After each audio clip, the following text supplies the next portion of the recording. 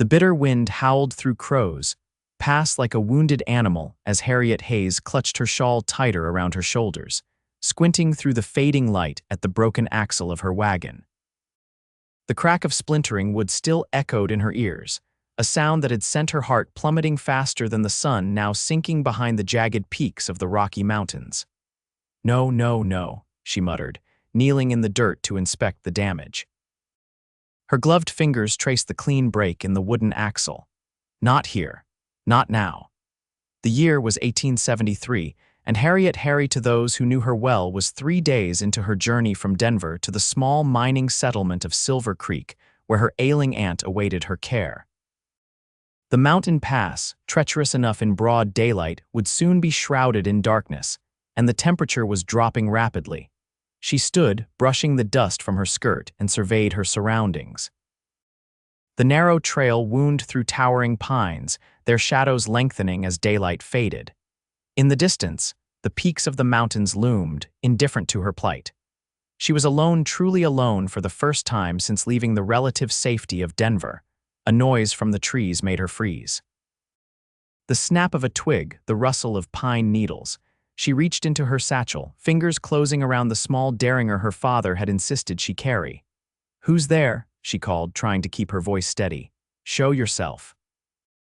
The figure that emerged from the shadow of the pines was tall, the brim of his hat pulled low. His spurs clinked softly as he approached, and Harriet's grip tightened on the concealed pistol. "Wouldn't do that if I were you, madam," the man said, nodding toward her satchel. "I mean no harm."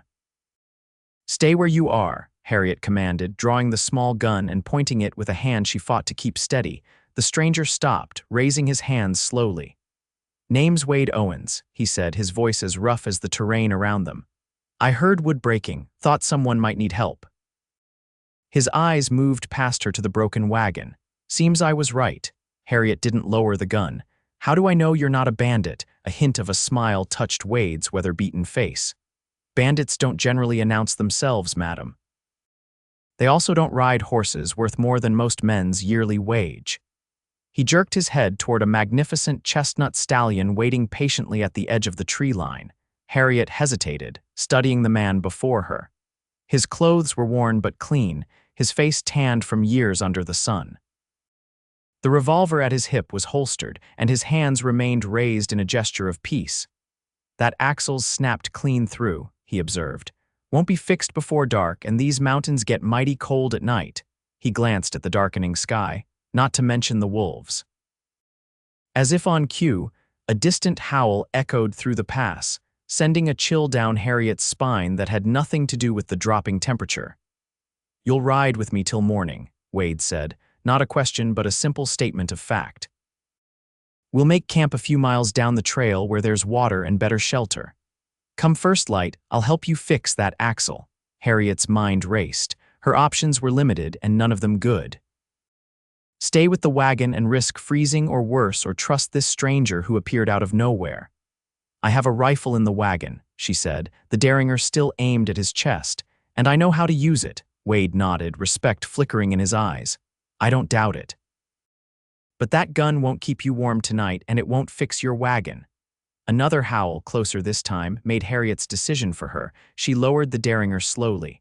"Very well, Mr. Owens, but I'll be keeping this close." She slipped the small gun back into her satchel. "Wouldn't expect anything less," he said, lowering his hands. "Grab what you need for the night. We should move before we lose the light completely." Harriet gathered her most essential items, a change of clothes, her journal, a small pouch of money, and the rifle securing the wagon as best she could. As she approached Wade's horse, she noticed for the first time the brand on its flank, a simple O inside a circle. "Flying O Ranch," Wade explained, following her gaze. "My family's spread about 2 days' ride from here." He mounted smoothly, then extended a hand down to her. Harriet hesitated only a moment before grasping it, surprised by the strength with which he pulled her up behind him. "Hold tight," he instructed as the horse began to move. Reluctantly, Harriet placed her hands on Wade's waist, feeling the solid warmth of him through his coat. The scents of leather, tobacco, and pine enveloped her as they rode deeper into the mountains, leaving her broken wagon behind. The silence between them was filled only by the steady rhythm of hoofbeats and the occasional call of an owl. As they rode, Harriet's thoughts tumbled over one another. Who was this man who had appeared just when she needed help? Could she trust him? What choice did she have? "You're a long way from anywhere," Wade observed after they'd been riding for nearly an hour. "What brings a lady like yourself to Crow's Pass alone?" Harriet debated how much to reveal. "My aunt is ill in Silver Creek. I'm going to care for her." Wade nodded. "Silver Creek's still a rough place." "Not much there besides the mines and those who profit from miners." "My aunt runs the assay office," Harriet explained. "She's lived there since before the big silver strike." "Ah," Wade said, understanding in his voice. "You must be Eliza Hayes's niece." Harriet's hands tightened on his waist. "You know my aunt. Everyone in these parts knows Eliza Hayes," Wade replied. "She's the only person in Silver Creek who can tell fool's silver from the real thing with just a glance. Honest, too, rare quality in a boom town." The terrain began to level out, and Wade guided his horse toward a small clearing beside a stream. The gurgle of water over rocks was a welcome sound in the gathering darkness. "We'll stop here," he said, reining in. "There's good shelter and water, and the trees will block the worst of the wind." He dismounted in one fluid motion, then reached up to help Harriet down. Her legs were stiff from the unaccustomed ride, and she stumbled slightly as her feet touched the ground. Wade's hands steadied her, strong and sure, lingering perhaps a moment longer than necessary. "Thank you," she murmured, taking a step back. Wade busied himself with the horse, removing the saddle and bridle, rubbing the animal down with practiced movements. Harriet watched, struck by the gentleness in his hands as he cared for the horse. "There's kindling in those saddlebags," he said without looking up. "And flint. If you want to start a fire, I'll see to Diablo here." Grateful for the task, Harriet gathered fallen branches and arranged them in a small clearing. The flint struck true, and soon a small fire crackled to life, pushing back the encroaching darkness. Wade joined her, pulling jerky and a flask from his saddlebags. "It's not much," he said, offering her a piece of the dried meat, "but it'll keep hunger at bay till morning." Harriet accepted the jerky, suddenly aware of how hungry she was. They ate in silence for a while, the fire casting dancing shadows across their faces. "So," Wade said finally, taking a pull from his flask before offering it to her. "What's your story, Miss Hayes?" Harriet hesitated, then accepted the flask, taking a small sip of what turned out to be surprisingly good whiskey. "Harriet," she said, returning the flask, "and there's not much to tell. I was teaching at a school in Denver when I received word about Aunt Eliza's illness." "Teaching suits you," Wade observed. "You have that look." "What look might that be, Mr. Owens?" A smile tugged at the corner of his mouth. "Patient, observant, like you're sizing up whether I'm worth the trouble of educating." Despite herself, Harriet laughed. "And what's your assessment of me then?" "Brave," he answered without hesitation. "Maybe a little foolhardy traveling these mountains alone, but determined." His eyes met hers across the fire. "I respect that." Something in his gaze made Harriet's cheeks warm, and she looked away, focusing on the flames. "And you, what brings a rancher this far into the mountains?" Wade was quiet for a moment, and when he spoke, his voice had lost its earlier lightness. "Hunting." "Game is plentiful closer to your ranch, I'd imagine." "Not hunting game," he clarified, his eyes hardening. "Men, 3 of them robbed a stagecoach last week, shot the driver and a passenger." Harriet's breath caught. "You're a lawman." "Sometimes," Wade replied. "When Sheriff Miller needs help, he deputizes me. I know these mountains better than most." The fire crackled between them, sending sparks spiraling upward into the night sky. Harriet studied Wade's face, the lines etched by sun and wind, the shadow of stubble on his jaw. There was something in his eyes that spoke of both strength and sorrow. "Did you find them? The men you were hunting," Wade shook his head, "lost their trail in yesterday's rain, was heading back when I heard your wagon break." He stoked the fire with a stick. "Lucky for you." "Yes," Harriet agreed softly. "Lucky for me." As the night deepened around them, Harriet found herself sharing more with this stranger than she had intended. She told him about her parents' death from influenza 3 years prior, about teaching children, whose fathers worked the railroads or sought fortunes in the gold fields.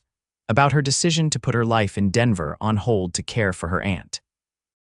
In turn, Wade spoke of growing up on the Flying O, of losing his mother when he was 12, of working alongside his father until the older man's heart gave out 2 winters ago, leaving Wade the ranch and all its responsibilities. "It's a good life," he said, gazing into the fire. "Hard but good. The land gives back what you put into it if you're patient." "You sound like you love it," Harriet observed. "I do, it's in my blood." He looked up at her. "What about you? Will you go back to teaching once your aunt recovers?" Harriet sighed. "I don't know." The doctor in Denver wasn't optimistic about her chances. Wade nodded, understanding in his eyes. "I'm sorry." "She's all the family I have left," Harriet said, her voice barely audible over the crackling fire. "I can't bear the thought of losing her too." Without warning, tears welled in her eyes. She turned away, embarrassed by the sudden display of emotion. A moment later, she felt the weight of Wade's coat settling around her shoulders, the wool still warm from his body. "Get some rest," he said gently. "I'll keep watch." Harriet pulled the coat closer, inhaling the scent of him leather and tobacco, and something distinctly male. "Thank you," she whispered, "not just for the coat, but for everything. The rescue, the fire, the company in what would have been a terrifying night alone." Wade simply nodded, his face in shadow as he moved to sit with his back against a tree, rifle across his knees. Harriet curled up beside the fire, Wade's coat a comforting weight, and despite the hardness of the ground and the strangeness of her situation, she soon drifted into sleep. She dreamed of riding through endless forests, strong arms around her, the scent of pine and leather filling her lungs. When she woke with the first light of dawn filtering through the trees, it took her a moment to remember where she was. Wade was already up, tending to the horse. A small pot of coffee simmered over the rekindled fire, its rich aroma filling the clearing. "Morning," he said, noticing her stirring. "Coffee's hot if you want some." Harriet sat up, running a hand through her tangled hair. "Thank you," she said, accepting the tin cup he offered. The coffee was strong and bitter, but wonderfully warming. "We should head back to your wagon," Wade said, securing the saddlebags. "I've got tools that might help with that axle." The ride back seemed shorter in daylight. Harriet was more aware now of the strength of Wade's back against her chest, the rhythm of his breathing, the way his hair curled slightly at the nape of his neck beneath his hat. Her wagon was undisturbed, though tracks in the dirt around it suggested wolves had investigated during the night. "You were right about the wolves," Harriet said as Wade helped her dismount. "Usually I'm about predators," he replied, his eyes scanning the surrounding forest, human or otherwise. He set to work on the axle with tools from his saddlebags, revealing a practical knowledge that impressed Harriet.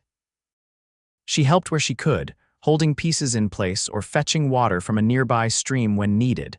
By midday, the axle was repaired not perfectly, but well enough to continue the journey. "It should hold till Silver Creek," Wade said, wiping his hands on a cloth. "But take it slow through the rough patches." Harriet looked up at him, shielding her eyes from the midday sun. "How can I repay you?" Wade shook his head. "No need. Anyone would have done the same." "We both know that's not true," Harriet said quietly.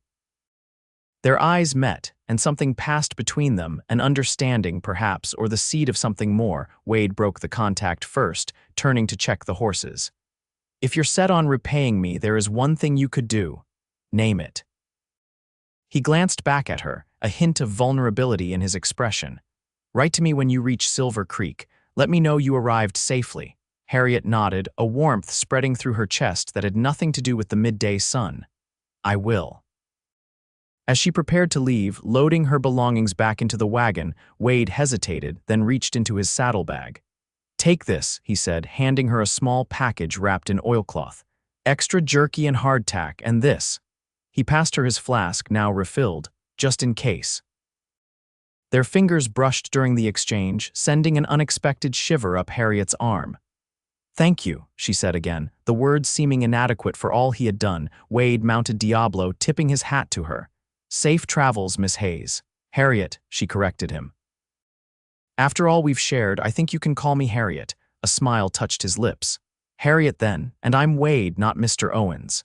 "Wade," she repeated, liking the feel of his name on her tongue. "Goodbye, Wade, and thank you again." He nodded once more, then turned his horse, heading back into the forest without another word. Harriet watched until he disappeared among the trees, an inexplicable sense of loss settling over her. With a sigh, she climbed onto her wagon seat and urged her horses forward, continuing her journey to Silver Creek, the repaired axle creaking beneath her but holding firm. 3 days later, Harriet arrived in Silver Creek, a ramshackle town clinging to the mountainside, its buildings a haphazard collection of wooden structures in various states of repair. The main street was a churned mess of mud and horse manure, crowded with miners, shopkeepers, and women of questionable virtue despite the early hour. She located her aunt's small cabin on the outskirts of town, her heart sinking at the sight of its neglected condition. The door was answered by a harried-looking woman who introduced herself as Mrs. Perkins, a neighbor who had been checking in on Eliza. "She's been asking for you," Mrs. Perkins said, leading Harriet to a darkened bedroom where Eliza Hayes lay pale and thin against her pillows. "Aunt Eliza," Harriet whispered, taking the older woman's frail hand. Eliza's eyes fluttered open, recognition dawning slowly. "Harriet, you came." "Of course I came," Harriet said, fighting back tears at her aunt's diminished state. "I left as soon as I received your letter." The following days were a blur of doctor visits, medication schedules, and learning the intricacies of caring for the assay office, which could not be closed despite Eliza's illness. The miners depended on it, and the income was needed for Eliza's medicines. It was a week before Harriet remembered her promise to Wade. She wrote to him that evening by lamplight, a simple note informing him of her safe arrival and thanking him once more for his assistance. She addressed it to the Flying O Ranch, hoping it would find its way to him. Life in Silver Creek was a stark contrast to her existence in Denver. The town was rough, the people rougher still, though not unkind once they learned she was Eliza Hayes' niece. The assay office kept her busy during daylight hours, weighing miners' fines, documenting claims, and ensuring fair payment. Evenings were spent caring for Eliza, whose condition fluctuated day by day. Some nights she was lucid, sharing stories of her life in Silver Creek and asking about Harriet's journey. Other nights, fever took her, and she mumbled incoherently, lost in memories or delusions. It was during one such fevered night, nearly 3 weeks after Harriet's arrival, that a knock came at the cabin door. Wary of visitors after dark, Harriet took her father's derringer before answering. The man on her doorstep was familiar yet changed. Wade Owens stood hatless in the moonlight, his hair longer than she remembered, his face more tanned. He wore a clean shirt beneath his coat and his boots had been polished. "Wade," she breathed, lowering the gun. "What are you doing here?" His eyes dropped to the derringer, a smile tugging at his mouth. "Still ready to shoot first and ask questions later, I see." Harriet flushed, tucking the gun into her pocket. "One can't be too careful in Silver Creek after dark." "True enough," he agreed. He shifted, suddenly looking uncertain. "I got your letter. Thought I'd ride up and see how you and your aunt are faring." Before Harriet could respond, a moan came from Eliza's bedroom. "I'm sorry," she said, stepping back. "My aunt is unwell tonight. I need to tend to her." Wade nodded, understanding in his eyes. "Can I help?" The offer surprised her, but the sincerity in his expression was unmistakable. After a moment's hesitation, Harriet opened the door wider. "Come in." Wade followed her to Eliza's bedside, where the older woman tossed restlessly, her forehead beaded with sweat. "She needs her fever broken," Harriet explained, dipping a cloth in cool water. "Would you mind fetching more water from the well? This basin's nearly empty." Wade took the basin without a word, returning moments later with fresh water. Together they worked to cool Eliza's fevered skin, Wade following Harriet's lead with gentle, capable hands. When the fever finally broke in the small hours of the morning, Eliza fell into a peaceful sleep. Harriet slumped in exhaustion, the strain of the past weeks catching up to her. "You should rest," Wade said softly, leading her to the small sitting room. "I'll keep watch for a while." Too tired to argue, Harriet sank onto the worn sofa. Wade draped a blanket over her, his fingers brushing her shoulder with unexpected tenderness. "Why did you really come?" She murmured, fighting to keep her eyes open. Wade was silent for a long moment. "I couldn't stop thinking about you," he finally admitted, his voice low. About whether you were safe, whether you needed help. I'm fine, she said automatically. Are you? His gaze was penetrating, seeing through her brave facade to the exhaustion and worry beneath. Harriet's throat tightened with unexpected emotion. No, she whispered. I'm afraid I'm losing her. Wade sat beside her, his warmth a comfort in the chilly room. You're not alone anymore, he said simply, taking her hand in his. Harriet meant to thank him, but sleep claimed her before the words could form. When she woke, sunlight was streaming through the window, and the smell of coffee and frying bacon filled the cabin. She found Wade in the small kitchen, competently preparing breakfast. You cook, she observed, leaning against the doorframe. He glanced up, a smile warming his features. Don't sound so surprised. Man living alone learns to feed himself or starve. I checked on your aunt, he continued, flipping the bacon. She's awake and seems clearer today. Asked who was making all the racket in her kitchen. Harriet laughed, the sound surprising her after weeks of worry. That sounds like Aunt Eliza. They settled into an unexpected routine over the following days. Wade found lodging at the Silver Creek Hotel, but spent most of his time at the cabin, helping with chores or sitting with Eliza while Harriet managed the assay office. To Harriet's surprise, Eliza seemed to rally with Wade's presence. She took more interest in food, stayed awake longer, and even began to offer advice about the assay business. He's sweet on you, Eliza remarked one afternoon as Harriet adjusted her pillows. That cowboy of yours. Harriet felt her cheeks warm. He's not my cowboy, Aunt Eliza. He's just being kind. Eliza snorted, a flash of her old spirit. Seen a lot of men in my time, girl. That one looks at you like you're water in the desert. Before Harriet could formulate a response, Wade entered with an armload of firewood, effectively ending the conversation. But Eliza's words lingered in Harriet's mind as she watched him stack the wood with practiced efficiency, his movements sure and controlled. That evening, as they sat on the small porch after Eliza had settled for the night, Harriet found herself studying Wade's profile in the fading light. You never said how long you plan to stay in Silver Creek, she ventured. Wade gazed out at the darkening mountains. Ranch is in good hands with my foreman. I can stay as long as I'm needed. The implication hung between them, unspoken but clear, as long as she needed him. And what about those men you were tracking, the ones who robbed the stage coach? A shadow passed over Wade's face. Sheriff caught 2 of them in Cripple Creek, third one's still out there somewhere. Does that bother you, not finishing what you started? Wade turned to look at her, his eyes serious in the gathering dusk. Some things are more important. The weight of his gaze made her heart quicken. Wade, he reached out, tucking a strand of hair behind her ear, his fingers lingering against her cheek. You don't have to say anything, Harriet. I'm not asking for promises. Then what are you asking for? His hand dropped away. Just the chance to be here to help the rest. He shrugged, a small smile playing at his lips. The rest can wait. The days lengthened into weeks, and Silver Creek began to feel like home in a way Denver never had.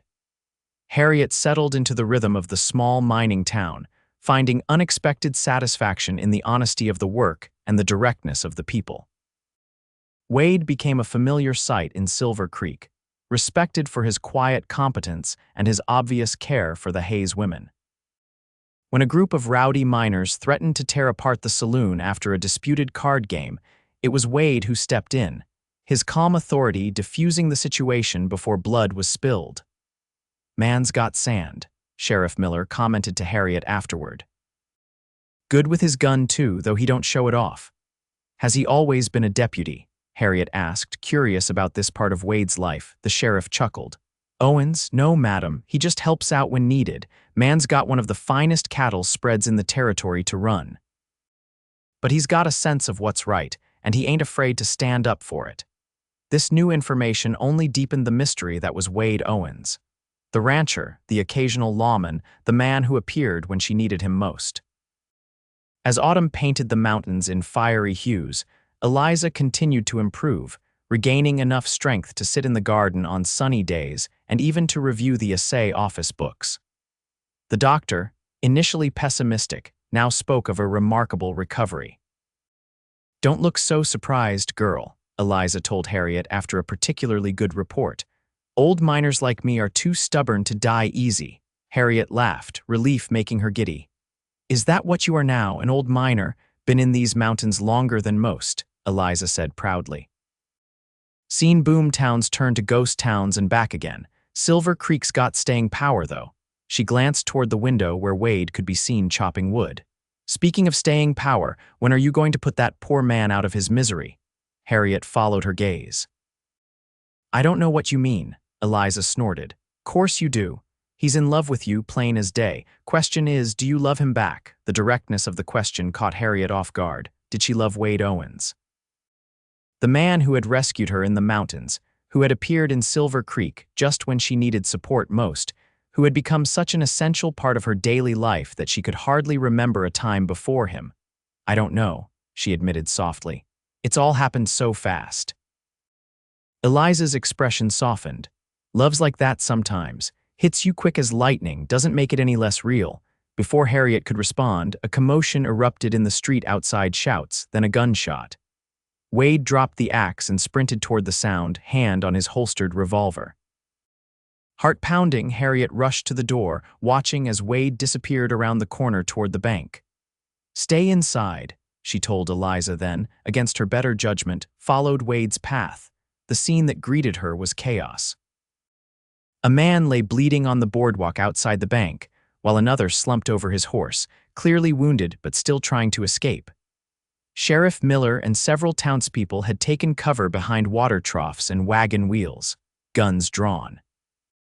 A third man, wild-eyed and desperate, was using a young woman as a shield, a gun pressed to her temple. Let me go or she dies, he shouted, backing toward a hitched horse. With a jolt of horror, Harriet recognized the man from Wade's description, the third stagecoach robber, the one who had escaped capture. Wade stood in the middle of the street, his gun drawn but not fired. Let her go, Jenkins, he called, his voice steady. It's over, Owens. The robber's face contorted with rage. Should have known you'd be here, always sticking your nose where it don't belong. Let her go, Wade repeated. She's got nothing to do with this. Jenkins laughed, a harsh, desperate sound. She's my ticket out of here. Drop your gun or I paint the street with her brains. The young woman whimpered, tears streaming down her face. Harriet recognized her as Mary Johnson, the banker's daughter. Barely 18, Wade slowly lowered his gun to the ground, raising his hands. There, now let her go. Not yet, Jenkins snarled, dragging Mary toward the waiting horse. Not till I'm clear of this town. What happened next unfolded in a blur of motion. As Jenkins reached for the horse's reins, momentarily loosening his grip on Mary, Wade lunged forward. There was a shot, then another. Jenkins fell, blood blossoming on his chest. Mary broke free, running toward her father who had emerged from the bank, and Wade crumpled to his knees, one hand pressed to his side where crimson spread through his shirt. Wade. Harriet screamed, rushing forward as he collapsed onto the dusty street. She reached him seconds before Sheriff Miller, dropping to her knees beside him. Blood seeped between Wade's fingers where he clutched his side. Harriet, he gasped, his face ashen, shouldn't be here. Dangerous. Don't talk, she ordered, pressing her hands over his to stem the bleeding. Someone fetch the doctor. Time seemed to stretch and compress as Wade was carried to the doctor's house, Harriet refusing to leave his side. The bullet had torn through his side, missing vital organs but causing significant blood loss. He's strong, Dr. Wilson assured her as he worked. Good chance he'll pull through if infection doesn't set in. The hours of waiting were the longest of Harriet's life. She sat beside Wade's bed after the doctor had finished, watching the rise and fall of his chest, willing each breath to be followed by another. When night fell, Eliza appeared, having convinced a neighbor to help her walk to the doctor's house. Thought you might need this, she said, handing Harriet a small bundle containing a change of clothes and a book. And this. She pressed a flask into Harriet's hand, Wade's flask, the one he had given Harriet in the mountains. How did you know? Harriet asked, her voice thick with unshed tears. Seen the way you look at him, Eliza replied simply. Same way your mother looked at your father, same way I once looked at a man long ago. She squeezed Harriet's shoulder. He'll pull through, got too much to live for now.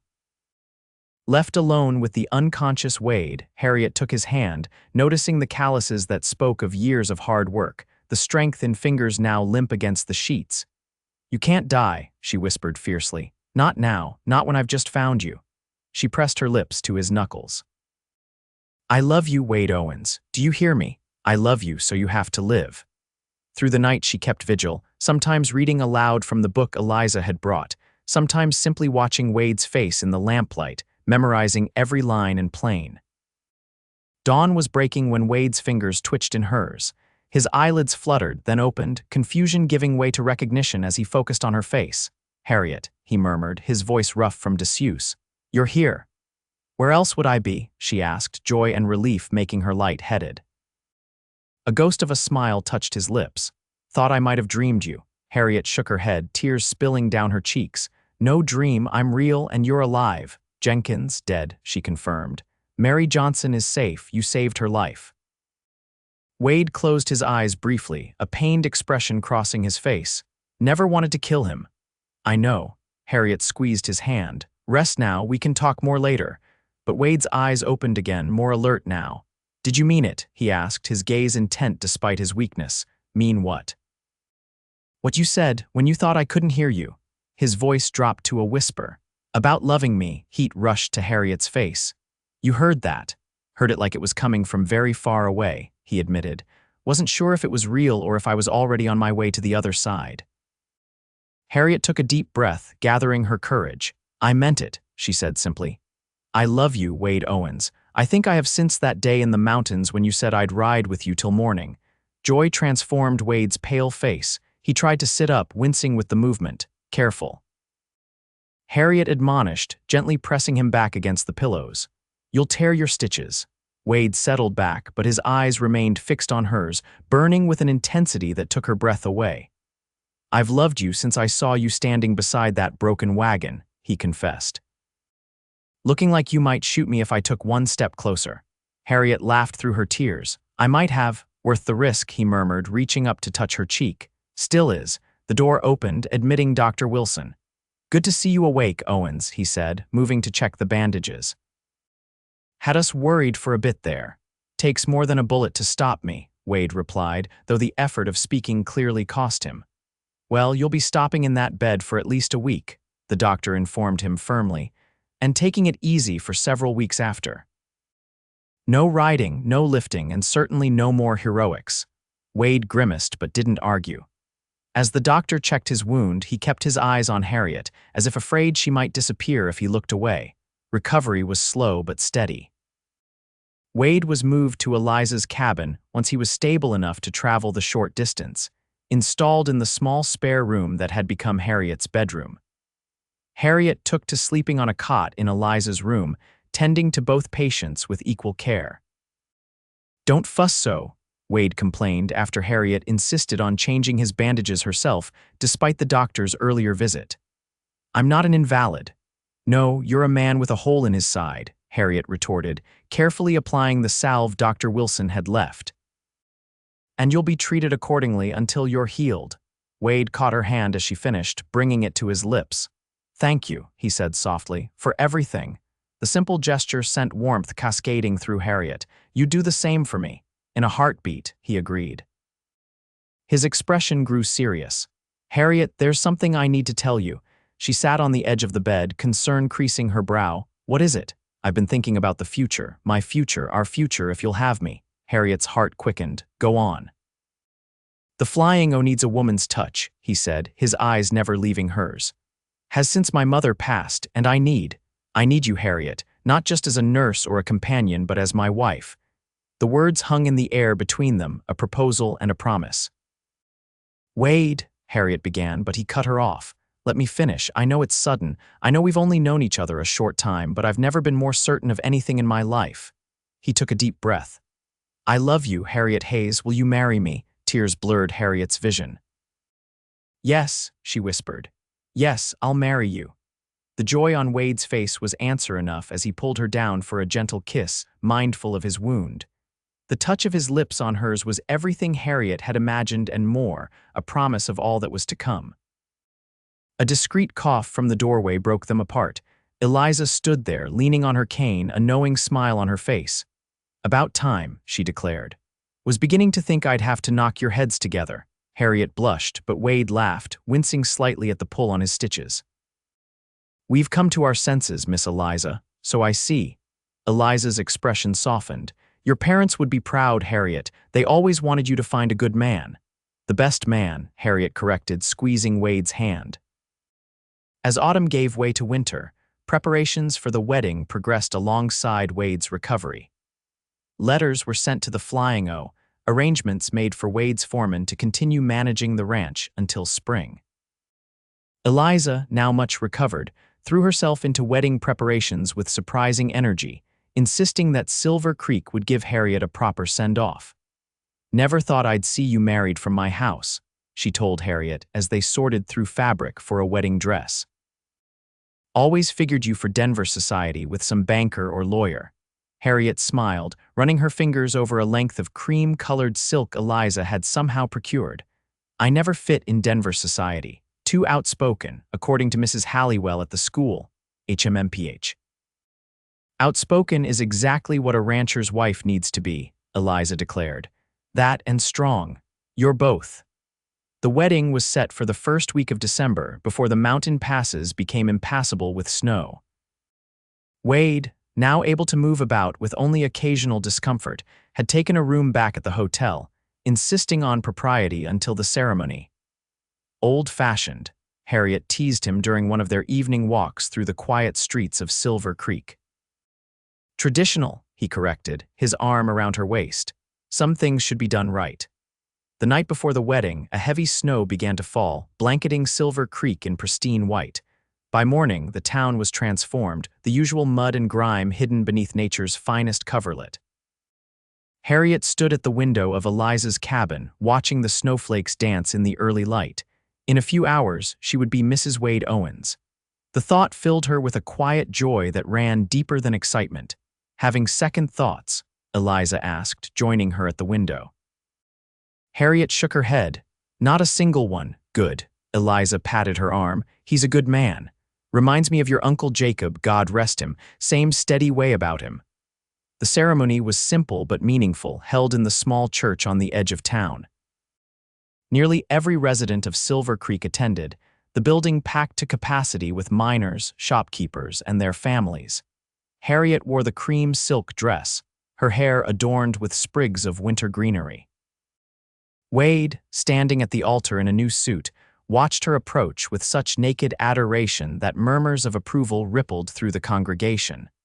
The vows were traditional, but the emotion behind them was anything but ordinary. When Wade slipped the ring onto Harriet's finger, a simple gold band that had belonged to his mother, his hands trembled slightly. "I now pronounce you man and wife," the minister declared. "You may kiss your bride." Wade's kiss was gentle but filled with promise, a pledge of all the days and nights to come. The cheers of the town folk faded to a distant roar as Harriet lost herself in the moment, in the knowledge that this man was now hers, as she was his. The celebration afterward was boisterous, spilling from the church to the Silver Creek saloon, which had been cleared of its usual activities for the occasion. There was music from a miner's fiddle band, dancing, and enough food to feed the entire town twice over.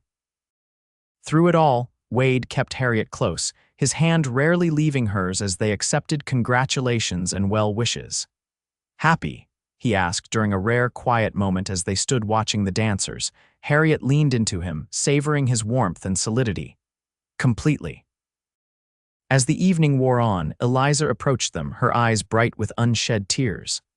"I have a wedding gift for you both," she announced, handing Wade an envelope.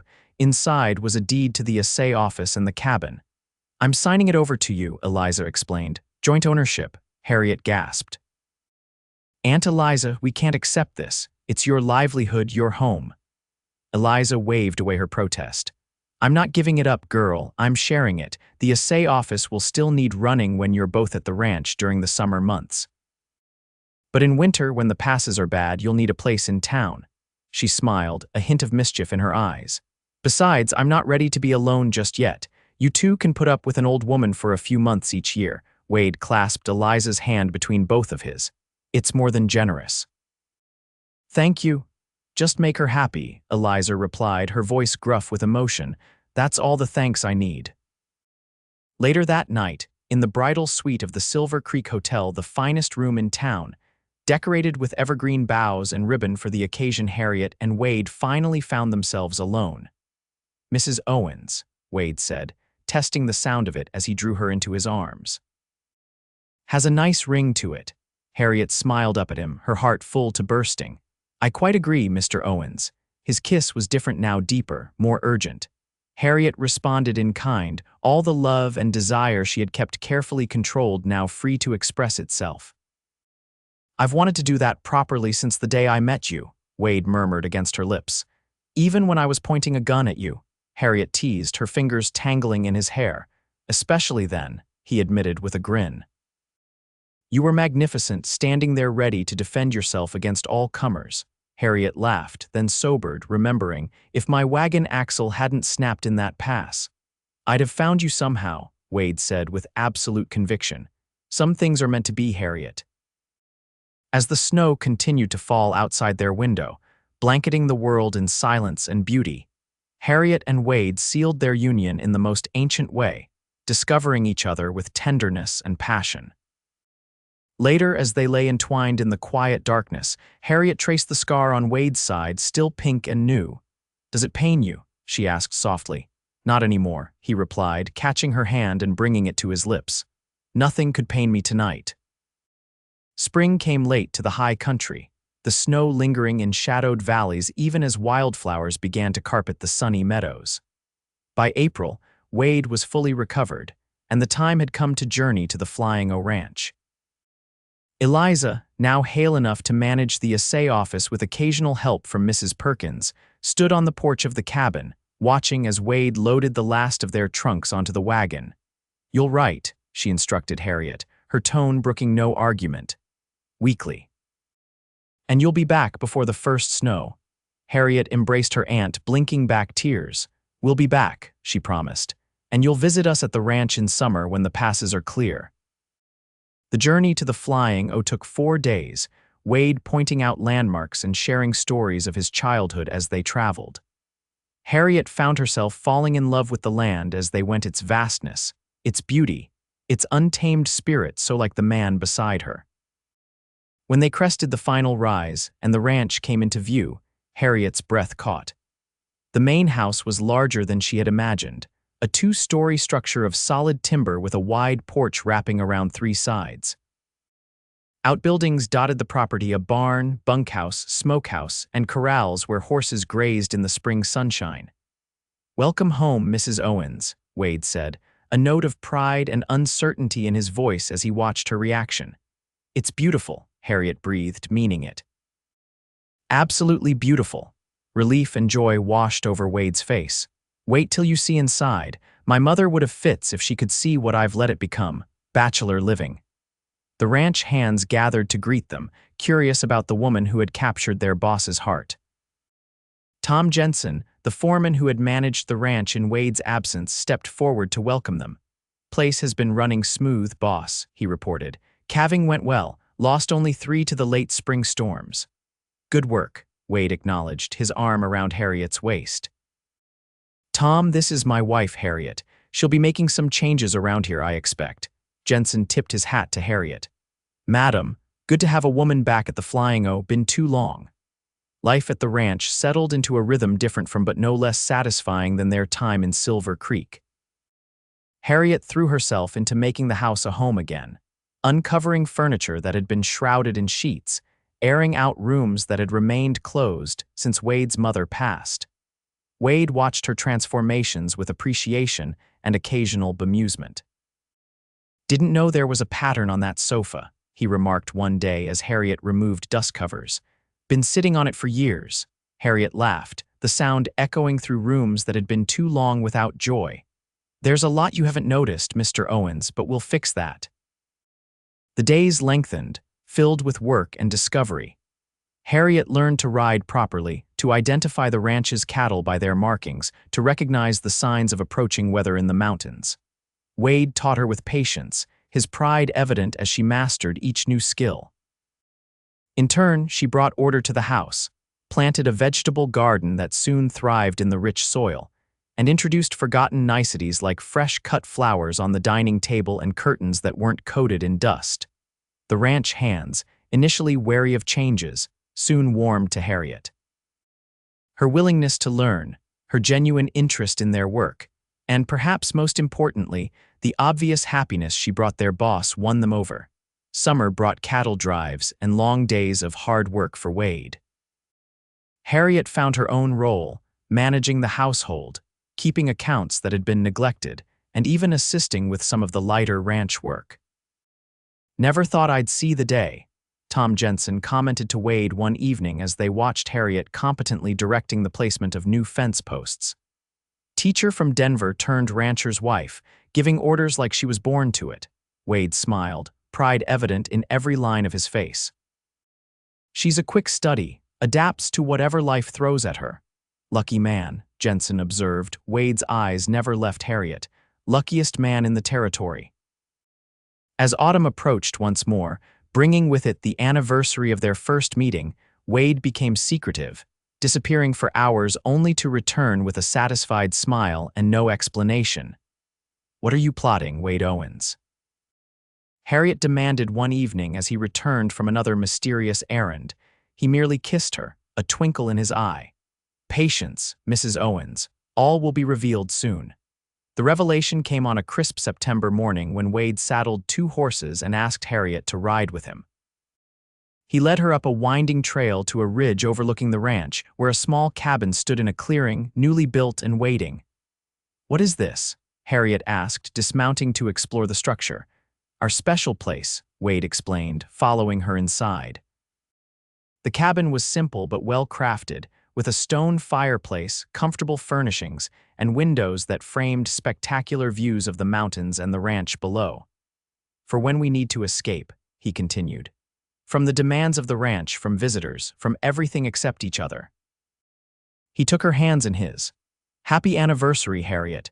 Tears pricked Harriet's eyes as she realized the significance of the date. Exactly 1 year since her wagon axle had snapped in Crowe's Pass, since Wade had said those fateful words. "You'll ride with me till morning." "You remembered," she whispered. "How could I forget the day that changed my life?" Wade asked, drawing her close. "The day I found you." As they stood in the doorway of the cabin, the world spread out before them: the ranch, the mountains, the endless sky. Harriet felt a sense of rightness, of coming full circle. "I have a gift for you too," she said softly, placing his hand on her still flat stomach. "Something that will arrive in spring." Wade's eyes widened, joy and wonder dawning as he understood. "A baby, we're having a baby," Harriet nodded, laughing as he swept her into his arms, spinning her around the small cabin. "Careful." She protested, though she was laughing too hard to sound serious. "I'm in a delicate condition, according to Dr. Wilson." Wade set her down gently, his hands cradling her face as if she were made of porcelain. "I love you, Harriet Owens," he said, his voice rough with emotion. "More than I ever thought possible to love another person." "And I love you," she replied, standing on tiptoe to kiss him, "my cowboy who appeared when I needed him most." The years that followed brought challenges and joys in equal measure. Their first child, a son they named Jacob after Eliza's late husband, arrived in the spring of 1875, followed 2 years later by a daughter, Elizabeth, named for both their mothers. Eliza moved permanently to the Flying O when the children were small, declaring that Silver Creek had grown too rowdy for her old bones. She sold the assay office but kept the cabin, insisting that the family would need a place in town as the children grew and required schooling. The Flying O prospered under Wade and Harriet's joint stewardship. They added lands, increased their herd, and built a reputation for fair dealing and quality stock. Wade's occasional service as a deputy continued, though less frequently as family responsibilities grew.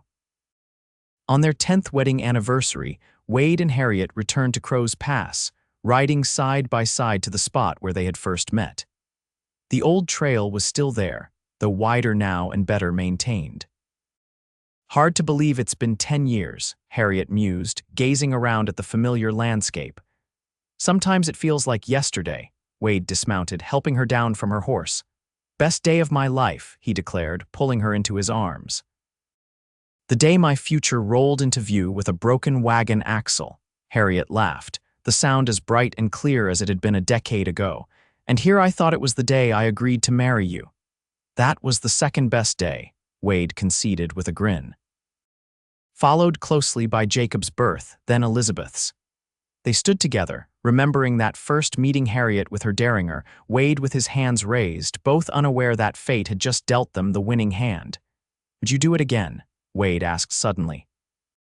Knowing everything, the hardships, the long winters, the worries, Harriet didn't hesitate. In a heartbeat, every moment good and bad. She reached up to touch his face, now lined with a decade of sun and wind and laughter. You. Wade's answer was in his kiss, as passionate and tender as the first they had shared as husband and wife. When they finally parted, breathless despite their years together, he rested his forehead against hers. Every single moment, he whispered. From the instant you'll ride with me till morning to forever, Harriet Owens. Every single blessed moment. As they mounted their horses and rode back toward home, toward the ranch where their children waited, where Eliza would be rocking on the porch keeping watch, where the life they had built together flourished, Harriet glanced at the man beside her, still straight and strong in the saddle after all these years. A broken wagon axle in a mountain pass, a cowboy's simple offer of help, the beginning of a journey that had led her not just to safety, but to love, to family, to home. Sometimes, Harriet reflected as they rode side by side into the setting sun, the greatest adventures begin with the most ordinary mishaps.